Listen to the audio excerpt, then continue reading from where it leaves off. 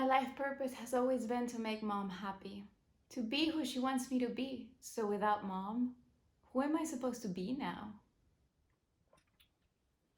Hi, welcome back to my channel. My name is Isabel, and today we are digesting I Am Glad My Mother Died by Jennette McCurdy.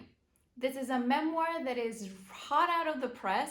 Everyone has been talking about it, and since its release day, a lot of snippets have been trending in Twitter and TikTok and whatever platform that you choose. Not to be a snob of, oh, I read books, but since its release, I've been expecting a bit of misconception about the topics, about what a memoir is, about how to take in this information. But after reading it, I was not expecting for people to so much focus on unimportant things. As a book that deals with a lot of issues and a lot of heavy topics with horrific descriptions of eating disorders, of abuse, people seem to really care about Taylor Swift and Ariana Grande in a snip of when a famous person comes into play. And it's like, is that really what you are focusing on? And not only that, but I've seen, at least in the Spanish side of social media, a lot of people are taking advantage of how the book is not translated yet to make up things, to just fabricate stories of Jennette McCurdy once walk into, I don't know, whomever, and they said this and this and that. And none of that happened. And there's all this misinformation just because they want to create a story and get some likes and use this because they know that this is a new celebrity drama, that it's so baffling to me, because the text is so powerful in its own and it's so juicy if you want to talk about anything and take an excerpt from it. But just to fabricate one and slap the cover and say Jennette McCurdy says this when it's so plainly unfair and fictionalized, that I am so sad that this is happening to this specific book. Because I know we all see, oh, she's an actress, she has a celebrity, this is going to be some drama. And really, it's not.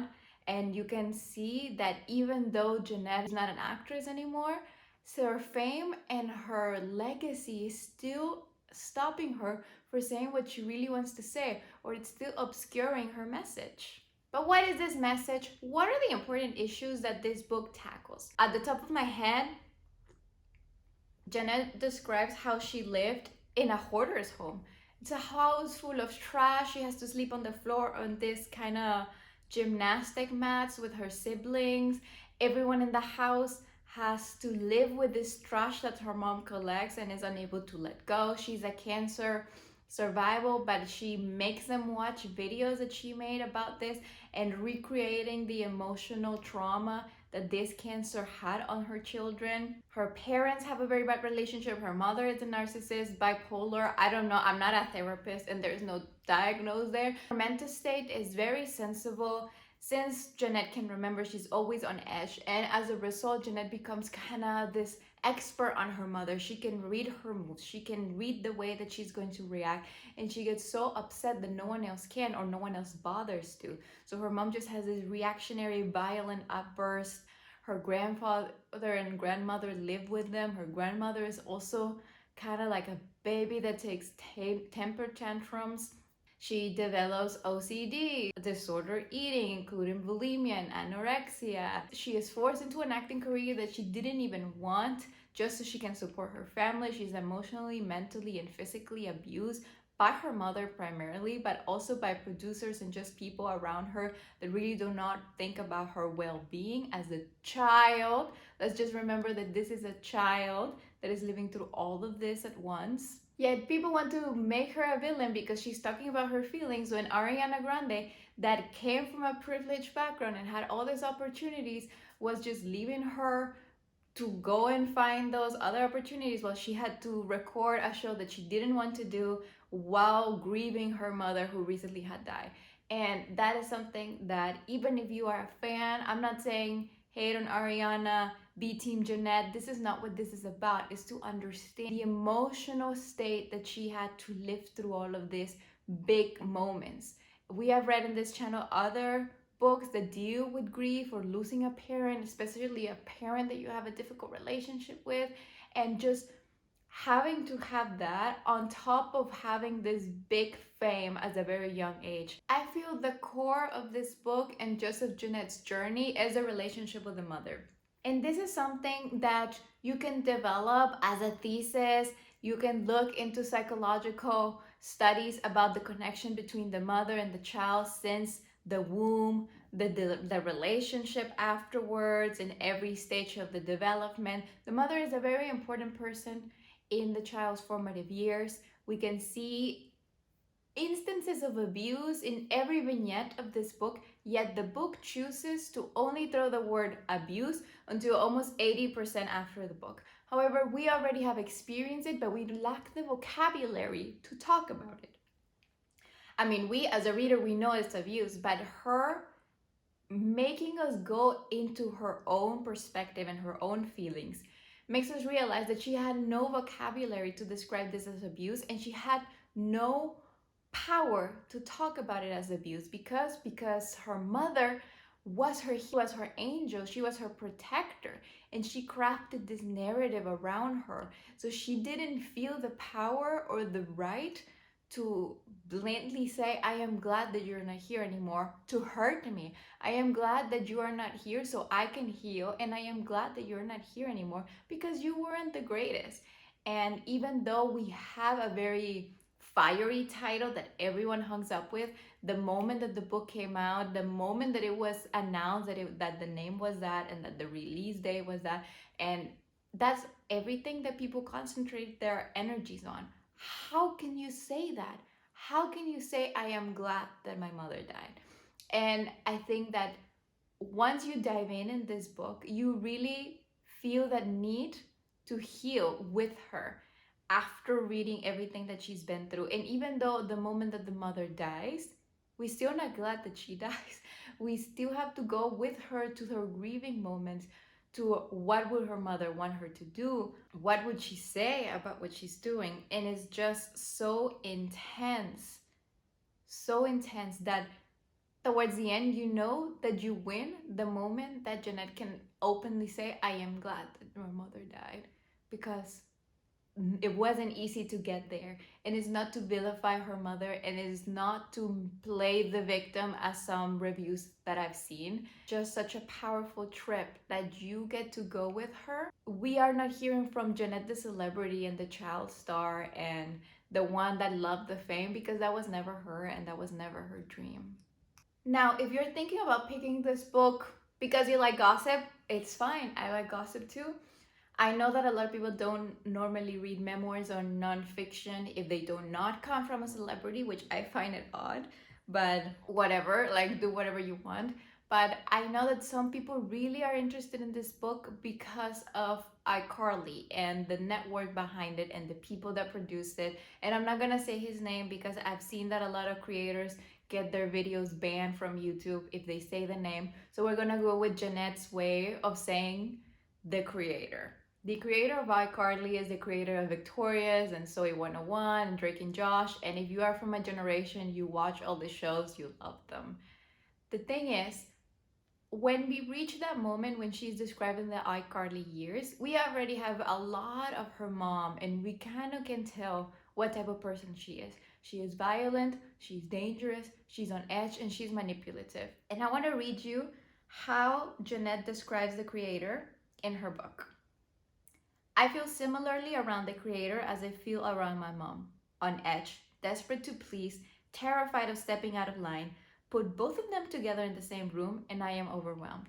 Keep in mind, this is Jennette McCurdy at 14 years old. The creator is the same type of personality that she recognizes from her mother, a personality that she needs to let her overpower her in a way that she needs to please this person so they don't hurt her, so they don't react badly. However, even though she thinks that her mother has her best interest in mind, she doesn't really know about the creator, and here we see her being more critical about him even from that young age. Why are you bombing me with love and compliments and then you're tearing me down or reminding me how replaceable I am? Thing is, once Jennette realizes that her mother doesn't have her best interest in mind, these descriptions of the creator and her mother really merge, and you get the feeling that the way that she reads people are they on my side or are they not? And when that line is blurred and she can just look at them for who they are, no matter how she spin their narrative and how they fit in hers, it is really terrifying to know that this child was trapped between these two people who really don't give a damn about her.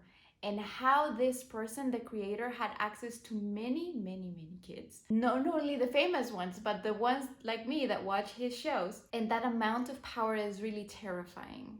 I mentioned before that the word abuse is not thrown in there early on, it's really after, like you're already 80% in the book when Jennette's therapist says, well, I think that your mother had abused you or something along those lines. Even though we have been through the whole story with her, it feels like a big realization for us too. It's a very crude moment when you're like, abuse? Can a mother really abuse? Like, because you're thinking maybe her mother just needed help, or you're trying to create excuses for her. But even though that might be the case and she needed help, that still doesn't mean that she didn't abuse her children. And why is it a big realization for us as readers that we know all of this and we kind of expect it if you read the reviews, if you have heard what this book was even about? And the reason of why is this a big realization, it's purely on the style. And I haven't seen anyone talking about Jennette McCurdy's writing style, since maybe this is nonfiction and people are really into the facts of what happened, but no one seems to talk about her writing style and how powerful her voice is. And this is something I usually do when I review memoirs, because I don't feel like I have the right to talk about your life and how you decide to depict it or what the facts are, but I can talk about how the narrative is structured and the style, because Jennette McCurdy is funny. The humorous tones that some of these vignettes have, it's something so hard to do, and there you can really see that she has experience either as a comedian, as in stand-up, or just in her podcast. She's really used to vocalizing the story, and she knows the spots when she can turn into a tone that is a bit sour and sarcastic. It might be a coping mechanism, or it might be her personality, which is not something that we get to see in the book that much, because she acknowledges that at 23, 24, she barely has any personality, because in her formative years, she was under so much managing from her mother and trying to be a character that she didn't have time to create a personality. But now, as a 30-year-old woman, that we don't get to see those years of healthiness, maybe this is it. Maybe this is her personality as someone that can be funny even when talking about serious topics. Now, this sense of humor is not only sour, but it has a childlike vulnerability.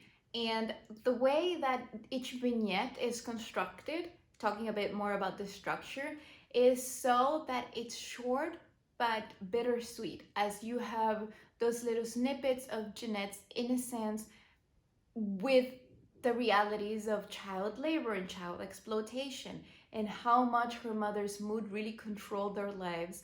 And you feel bad about her, but you also feel like those emotions are very compressed. What we experience is that during Jennette's life and likely into her adulthood, she felt the need to numb her emotions, if that makes sense. So I believe that because of that numbness is that Jennette as an author decides to bring us in into her emotions in present time. What do I mean with that is that instead of saying I felt violated or I used to feel violated, she goes with the I feel violated, I feel stressed, I feel afraid. That is so powerful, because that numbness is something that she's outgrowing, and she's going back in time with us and experiencing those emotions. That must be so taxing for her as a writer, and just as a person that for so long kept all those feelings in check to prioritize her mother's feelings, and now she is just letting us in and letting herself in, and herself inhabit that body that she dissociated with. If I'm being honest, I didn't expect that the memoir of the girl that I used to watch on iCarly was going to wreck me so much because of its sincerity.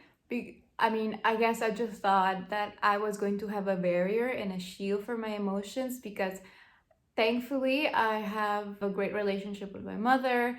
I wasn't a child star, so I was like, I'm going to be okay. Well, I wasn't.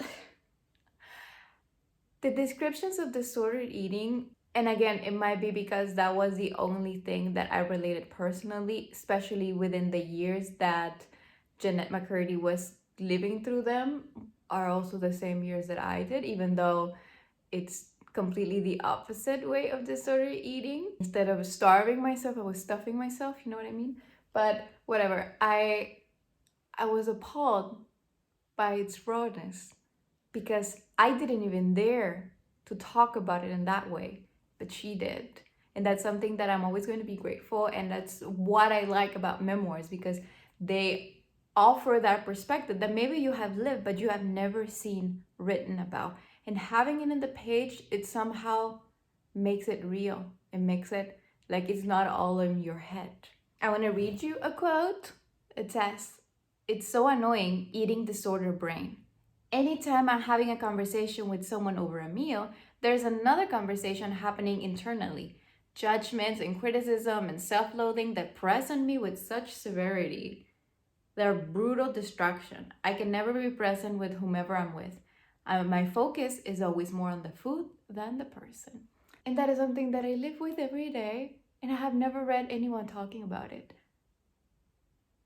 I know it's something sounds small, but it matters to me. Disorder eating in this example is just one little way of showing you how sincere and honest and plain this book is. And I don't mean plain as it's unsophisticated and, I don't know, unworthy of you. I mean plain as it doesn't pretend to obscure the greedy details. Like we have the behind of show business, the repulsiveness of bulimia, the self-constraint of anorexia, how as a child star you are replaceable and an object and sexualized and you don't even know what's going on.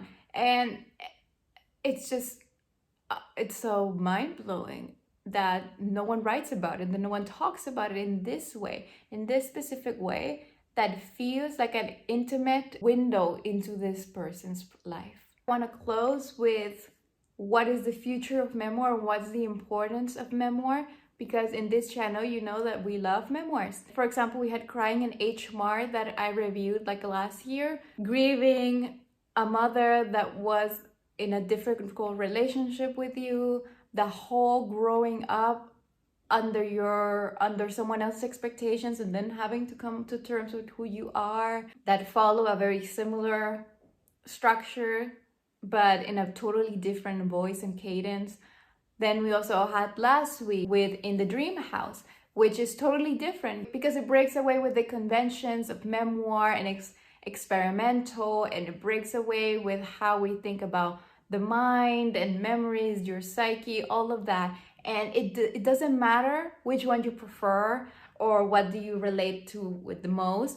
The thing with memoirs is not how you tell your story, but what doors does that story open? I'm Glad My Mother Died opens the door to a conversation about abusive mothers. Not only parents, but mothers specifically, because we as a society think that women are not capable of violence. And this is something I talked about here at length, but it is so true. Women can be abusers, and they are mostly the children's abusers because they are that first contact with the world. And if that first contact is tainted with abuse, then a child grows up thinking that if my mother, the one person that was supposed to protect me and love me forever, is abusive towards me and has damaged me, well, who else is not going to? Like, it really breaks away a person, and it's their self-confidence in the world, gives you trust issues on top of other issues. So that is the main conversation this book opens its doors to. The quote that sums it up is, "I'm allowed to hate someone else's dream, even if it's my reality." That was Jennette's mother's dream. That wasn't hers. Her disordered eating came from her mother. Her anxiety came from her mother. Her weird views about people and her body and everything came from her mother. And after moving all of those, the only thing left for Jennette to do was to discover who she really was. And I hope that she has made some progress in that. The publication of this book gives us the idea that she has, and if she's not, I'm sending her all my love, all my respect. And as a former fan, I am so sorry that she had to sacrifice her childhood to bring us some happiness for 20 minutes. That is all from me. Thanks for watching. Keep reading. And when you're not, follow me on all my social media, link down below. I am Isabel, as I said before, and all the back to school videos are coming very soon. So I'll see you then, okay? Bye!